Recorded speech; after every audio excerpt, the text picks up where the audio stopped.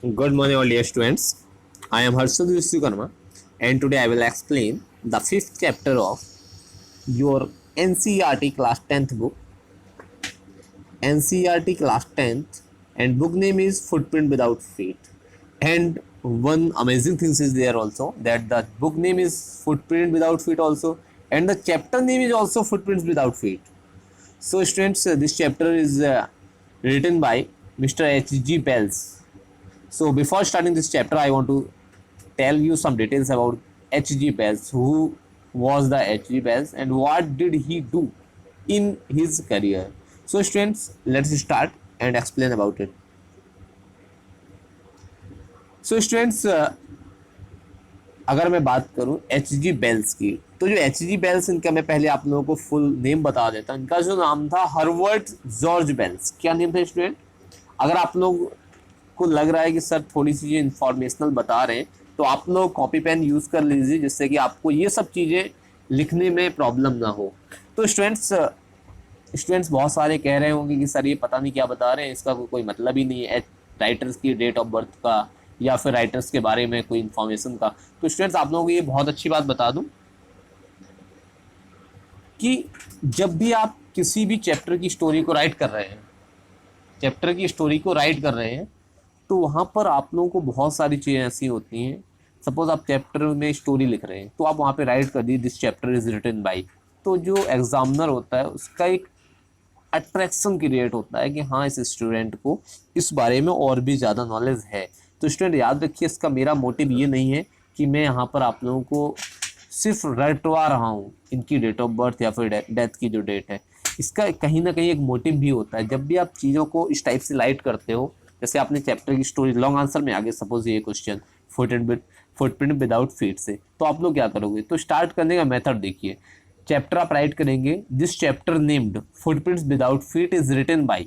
ये जो चैप्टर है रिटन बाय है H G Wells and the full form of his name is Herbert George Wells. आप write कर सकते हो, तो अट्रैक्शन अपने आप अच्छा होगा ना. आप चीज़ें ज़्यादा दे रहे हैं एग्जामिनर को, तो इसका मैं फुल नेम यहाँ पे राइट कर देता हूँ स्टूडेंट्स.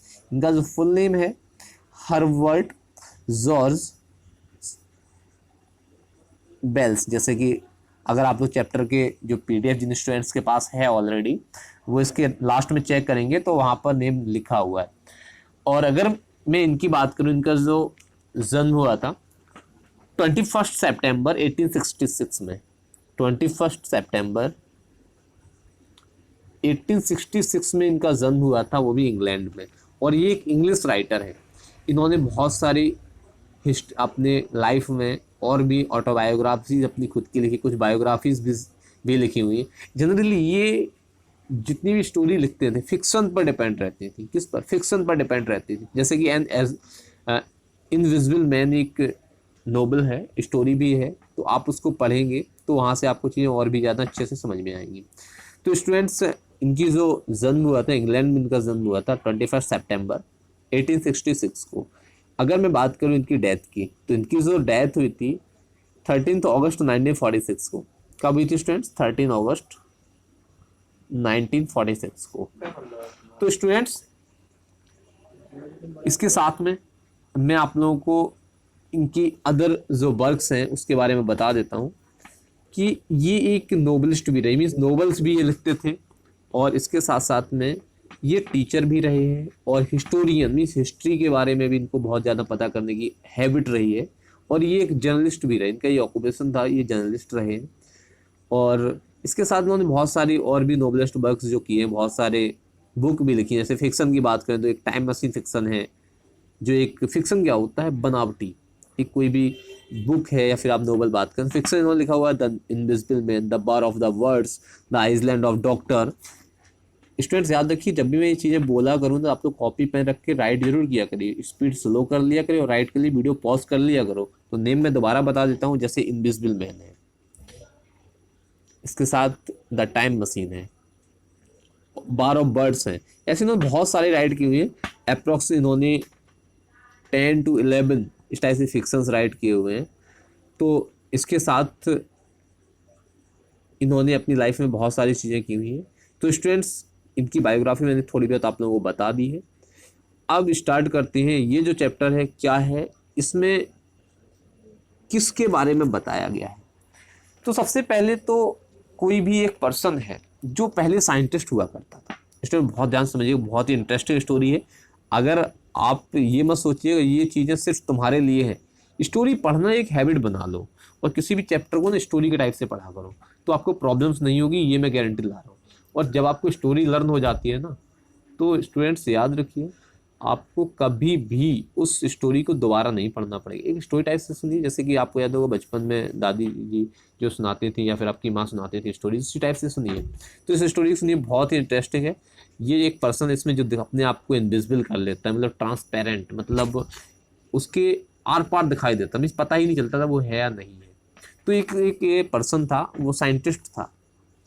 उसने क्या किया था, बहुत सारी मेडिसिन का यूज़ करके अपने आप को इनविजिबल कर लिया और अपने आप को क्या किया था, इनविजिबल कर लिया था, मतलब वो दिखाई नहीं देता था। अब कुछ टाइम पीरियड के बाद क्या होता है, जब उसने अपने आप को इनविजिबल कर लिया, तो वो एक रास्ते में जा रहा था। जब वो एक रास्ते में जा रहा था तो वहाँ पर क्या होता है कि जैसे कीचड़ में आपके पैर पड़ जाए, तो कीचड़ में पैर पड़ने से आपके फुटप्रिंट तो बनेंगे ना, फुटप्रिंट तो बनेंगे ना।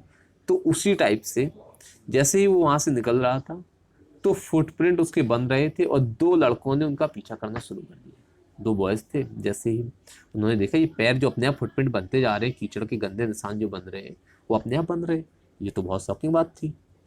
तो उन दोनों बच्चों ने उसका पीछा किया। जब उन्होंने उसको फॉलो किया, तो फॉलो करने के टाइम पीरियड में ही वो एक बेकरी हाउस में घुस गया।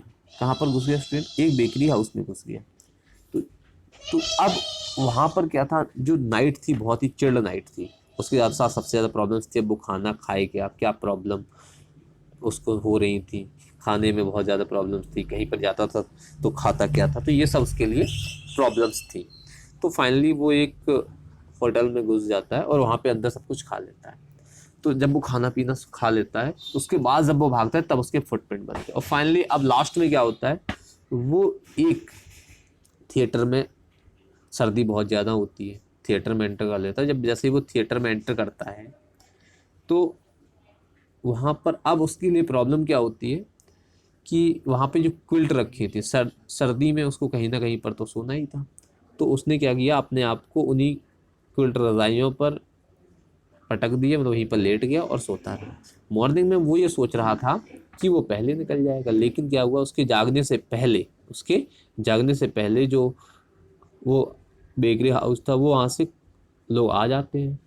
अब गिरफिन जो उसका नाम जो था वो क्या था स्टूडेंट्स, उसका नाम था गिरफिन। क्या था, गिरफिन। अब गिरफिन के लिए सबसे बड़ी प्रॉब्लम क्या थी कि वो वहाँ से निकले कैसे। तो उसने क्या किया था, अपनी बॉडी में क्या क्या क्या उसने पहना हुआ था वो थोड़ी सी चीज़ें बता देता हूँ। उसने फाइनली क्या किया, अपनी बॉडी पर कुछ गर्म कपड़े लगा लिए थे, अपने आप को ड्रेस्ड भी कर दिया था। अब उसने क्या क्या पहना था देखिए। सबसे पहले उसने गिलास को तोड़ा, रैपर्स को निकाला और अपने आप को फिट कर लिए गर्म कपड़े पहनकर, शूज़ भी पहन लिए, एक ओवरकोट था वो पहन लिया, एक बड़े चौड़े जो रिम था, मतलब एक बड़े गोल हैट, उसको उसने पहन लिया। और फाइनली वो उस रेस्टोरेंट के किचन में गया, उसने खाना ना खाया और फिर वहाँ से उस रैप के ढेर पर लेट गया। तो मॉर्निंग में वो ये सोच रहा था कि इन सभी लोगों के आने से पहले वहाँ से निकल जाएगा, लेकिन फाइनली क्या होता है, वो वहाँ से निकल नहीं पाता है और वहाँ पे मॉर्निंग में वो सब लोग आ जाते हैं। अब ये तो बहुत बड़ी प्रॉब्लम हो जाती है। जब उसने वहाँ से एक दो लोग वहाँ पे जो आ रहे थे उनको देखा, तो उसे ये लगा कहीं ऐसा ना हो उसको पकड़ ले। अब उसने अपने आप को बचाने की कोशिश की और क्या किया, अपने एक एक करके सारे कपड़े फेंकना स्टार्ट कर। देखिए यहाँ पे ये दिया हुआ, जो धीरे धीरे उसने अपने जो जितने भी कपड़े थे वो उसने फेंकना वहाँ से स्टार्ट कर दिया है। देखिए यहाँ पे ये देखिए उसने ये जो कपड़े हैं सारे फेंक रखे हैं। और देखिए यहाँ से उसका हेड नहीं दिख रहा है, हेड नहीं दिख रहा है ना स्टूडेंट। तो इस टाइप से वो इनविजिबल हो गया। अब फाइनली इसके कुछ टाइम पहले की मैं बात करूं तो इसने ये वहाँ से भागा। अब उसके पास कोई प्रॉब्लम बहुत सारी थी कि वो जाए तो जाए कहाँ। फाइनली उसने क्या किया, एक दूसरे लोकेशन में एक आईपिंग एक ब्लेज का नेम है, उस आईपिंग ब्लेज के लिए ट्रेन बुक की और वहाँ पर गया, लोकल जो होटल था वहाँ पर बुक कर लिया। अब वहाँ पर जो नए लोग थे, सोचो आपने अपने बॉडी पर बैंडेज लगा रखी हो, पट्टियाँ लगा रखी हो, तो पूरे फेस में कुछ ना दिख रहा हो, ऊपर से गॉगल्स लगा रखी हो, कोई भी बॉडी पार्ट ना दिख रहा हो, क्योंकि इनविजिबल था वो, तो बॉडी पार्ट दिख नहीं रही थी। तो फाइनली अब उसने क्या सोचा, अपने आप को वहाँ से वो बचाएगा कैसे। तो वहाँ पर लोग उसको देख के थोड़ा शॉकिंग हो रहे हैं, लेकिन अब उसने क्या किया, एडवांस पैसा दे दिया। एडवांस जब पैसा दे दिया तो जो वहाँ पे लैंडलॉर्ड था उसको थोड़ा सा क्या लालच आ गया, तो उसने सोचा ठीक है मुझे क्या करना, उसको रहने दो। तो फाइनली एक रूम उसको दे दी। तो फाइनली क्या था, वो थोड़ा सा सनकी टाइप का था, जैसे आप लोगों को मैंने बताया था। तो फाइनली वो अपने रूम का डोर कॉन्टीन्यूसली बंद करके रखता था, कभी भी डोर नहीं खोलता था। उसकी एक्टिविटीज़ बहुत ही ज़्यादा इरिटेट करने वाली थी। रीज़न क्या था उसको रखने का, कि लैंडलॉर्ड थोड़ा सा लालची टाइप का था और उसने उसको एडवांस में पैसे भी दे दिए थे। तो फाइनली वो इस टाइप से उसको बहाना मारता रहता था और उनसे कहता था ठीक है मैं इस टाइप से वहाँ पे रहने लगा। अब फाइनली जब वो वहाँ पर रहने लगता है, तो अब जैसे ही जब तक वो पैसे जो लेके आया था जो उसके पास थे वो तो उसके ख़त्म हो गए, अब कब तक रहेगा। अब प्रॉब्लम क्या होती है कि वो वहाँ पर ज़्यादा दिन तक नहीं रह पाता और क्या कहता है कि एक चेक आने वाली है कुछ दिनों में, जैसे ही वो चेक आ जाएगी वो उसको नेक्स्ट मंथ का किराया दे देगा। अब क्या होता है, ये तो बड़ी प्रॉब्लम। वहाँ पर एक छोटी सी कुछ दिन के बाद क्या होता है कि क्लर्जी मैन एक होता है, क्लर्जी मैन के घर में चोरी की उसको इसकी जो वाइफ होती है उसको लगता है कि शायद वहाँ पर चोरी की आवाज़ हो रही, कॉइन्स की झंझन खनखनाहट सुनाई देती है। तो जब कॉइन्स की उसको आवाज़ सुनाई देती है तो क्लर्जी मैन और वो दोनों उसकी वाइफ उस रूम में जाते हैं और वो उन लोगों को धक्का देके भाग के आ जाता है। जैसे ही वहाँ से निकलने की कोशिश करता है तो उसने अपने कान के पास में एक सांस की आवाज़ सुनाई देती है। अब तो ये बहुत बड़ी प्रॉब्लम हो गई, क्योंकि वो समझ गया यहाँ कोई ना कोई घोस्ट है, क्या है घोस्ट है, और वो वहाँ से भाग जाता है। सेम जो मिसेज हॉल जहाँ पर वो रह रहे थे, जो साइंटिस्ट था वो जहाँ पर रह रहा था, तो फाइनली अब उसने क्या किया, वहाँ पर उस रूम में मॉर्निंग में जब उसका रूम खुला नहीं होता था, आज क्या था वो रूम खुला था। अब सब लोग और परेशान, अरे ये तो बहुत बड़ी प्रॉब्लम हो गई है कि जब वहाँ जिसका डोर कभी ओपन ना रहता हो आज उसका डोर ओपन हो, मतलब क्या कुछ ना कुछ तो गलत है ना। तो अब वहाँ पे जो उसकी बॉडी जो रखी थी, बैंड जो पट्टियाँ थी उसने जो अपने बॉडी पर लगा रखी थी, हेड डाल रखा था, और जो कपड़े थे ना उसके ठंडे पड़े हुए, जैसे कि अब बहुत दिन से कपड़ों पर कोई यूज़ ना किए गए हों, वो कपड़े जो बैड थे वो ठंडे पड़ चुके थे। अब थोड़ी देर बाद क्या होता है, वहाँ पर कुछ लोग ये कहते हैं कि मिसेस हॉल जो कह रहे हैं वो कह रही मेरी जो दादी थी वो पहले इसी रूम में रहती थी और वही अब घोस्ट बनकर वहाँ पर आ रही है। अब ये उसकी माँ, सॉरी वहाँ पे दादी जी नहीं उसकी माँ की बात हो रही है। तो वहाँ पे वो कहती है अरे शायद ये वही होगी, और वो चेयर्स पर वही बैठ के आवाज़ें करती हैं और वो चेयर इसीलिए हिल रही। फाइनली अब तो बहुत बड़ी प्रॉब्लम, अब तो सब लोग बहुत ही ज़्यादा, अब ये तो बहुत बड़ी प्रॉब्लम। अब फाइनली क्या होता है, अचानक से वो जो गिरफिन होता है जो साइंटिस्ट होता है वो उन अपने रूम में आ जाता है और वहाँ से चेयर खिसकना स्टार्ट हो जाती है, अरे यहाँ पे घोस्ट है। अब ये रूमर जो है ना पूरे एरिया में बहुत बुरी तरह से फैल जाती है। अब किसी ने उसी टाइम पे पुलिस को कॉल कर दिया। अब ये तो कांस्टेबल था, ये बड़ी प्रॉब्लम। बाद में पता चला कि उसे एक ऐसे आदमी को पकड़ना है जिसका सर ही नहीं, क्योंकि उसने अपनी जो बैंडेज थी फेस की हटा दी, उसका हेड दिख नहीं रहा था। तो अब ये और बड़ी प्रॉब्लम, बोले कैसे उसको पकड़ा जाए। तो जैसे ही वहाँ से कहता है कि उसने डिमांड की as I want to know how it is came out. अब वो वहाँ पर उसने बैंडेज वगैरह लगा के आ गया। अब उससे वो पूछता है, जो लैंडलॉर्ड है वो उससे पूछती है ये बताइए कि तुम रूम में आए कैसे। उसकी की मेरे पास थी, जब अंदर थे तो तुम आ कैसे गए, और जब बाहर गए थे तो अंदर कैसे चले गए, क्योंकि वो तो इनविजिबल था, वो उन्हीं के सामने से आ गया था और उन्हें पता नहीं चला और वो अंदर से निकला। अब उसको तुरंत उसने पैसे भी दे दिए, बोले ये लो आप अपना किराया, क्योंकि वहाँ से चोरी करके लाया था क्लेर्जी मैन के यहाँ से। अब फाइनली क्या होता है, अब ये शक बिल्कुल कंफर्म हो गया कि जब क्लेर्जी मैन के यहाँ चोरी हुई है और उसने अभी कह रहा था कि पैसे नहीं है, अभी कुछ दिन में चेक आने वाली, वो क्लियर होगी तब पैसे आएंगे। अब तो बहुत बड़ी प्रॉब्लम। अब अचानक से साइंटिस्ट ने क्या किया, साइंटिस्ट को थोड़ा सा डराने धमकाने लगा और उसने धीरे धीरे क्या किया, अपनी बैंडेज फेंकने स्टार्ट कर दी, बिस्कर्स मूछें फेंक दी, अपना चश्मा जो लगा रखता वो भी फेंक दिया और नाक जो थी ना नकली वो भी फेंक दी। मीन्स पूरी तरह से इनविजिबल मैन बन गया बिना सर का। अब जो जाफर था, जो कांस्टेबल था, अब वो तब तक वहाँ पर पहुँच गया। अब जब वो वहाँ पहुँचा तो उसे तो ये नई चीज़ लगी कि अरे इस आदमी को कैसे पकड़े जिसका सर ही नहीं। और धीरे धीरे उसने क्या किया, अपने पूरे कपड़े उतार दिए। लेकिन अब उसके लिए सबसे बड़ी बात क्या थी कि उसको तो अपनी ड्यूटी करनी थी। और फाइनली उसने क्या किया, उसको पकड़ने की कोशिश की। धीरे धीरे उसने एक एक करके पूरे कपड़े उतार दिए गिरफिन ने। और फाइनली जब कुछ लोगों ने उसको कोशिश की पकड़ने की उतारते टाइम, तो उसने खुद अपने ऊपर चोट के निशान पाए। मतलब जैसे वो पकड़ने की कोशिश कर रहा था कोई, तो उस टाइम पे वो इनविजिबल हो गया था और इनविजिबल होने के साथ उसने क्या किया, उस पर हाथ मार दिए एक दो। किसने? गिरफिन मार रहा था।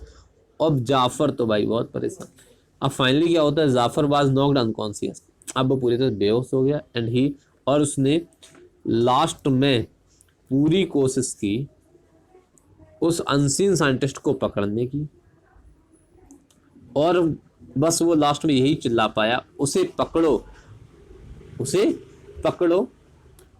और फाइनली ये जो बात थी वो कहना आसान थी करने के कंपेयर में। और फाइनली गिरफिन ने अपने आप को फ्री कर लिया, क्योंकि वो जानता था वो कैसे हो सकता है। और फाइनली वो सभी पर हाथ भी मार रहा था और कोई इस बात को समझ भी नहीं पाया था कि उसके ऊपर जो ये हाथ है वो कौन मार रहा है और ये हाथ उसके पास पड़ कहाँ से रहे। तो स्टूडेंट्स, आज का लेक्चर जो कैसा लगा आपको कमेंट करके बताइए। और अगर आपको लग रहा है कि स्टोरी जो है इंटरेस्टिंग है तो आप अपने फ्रेंड्स को ज़रूर शेयर करिए student. Okay students, thanks for watching and have a nice day.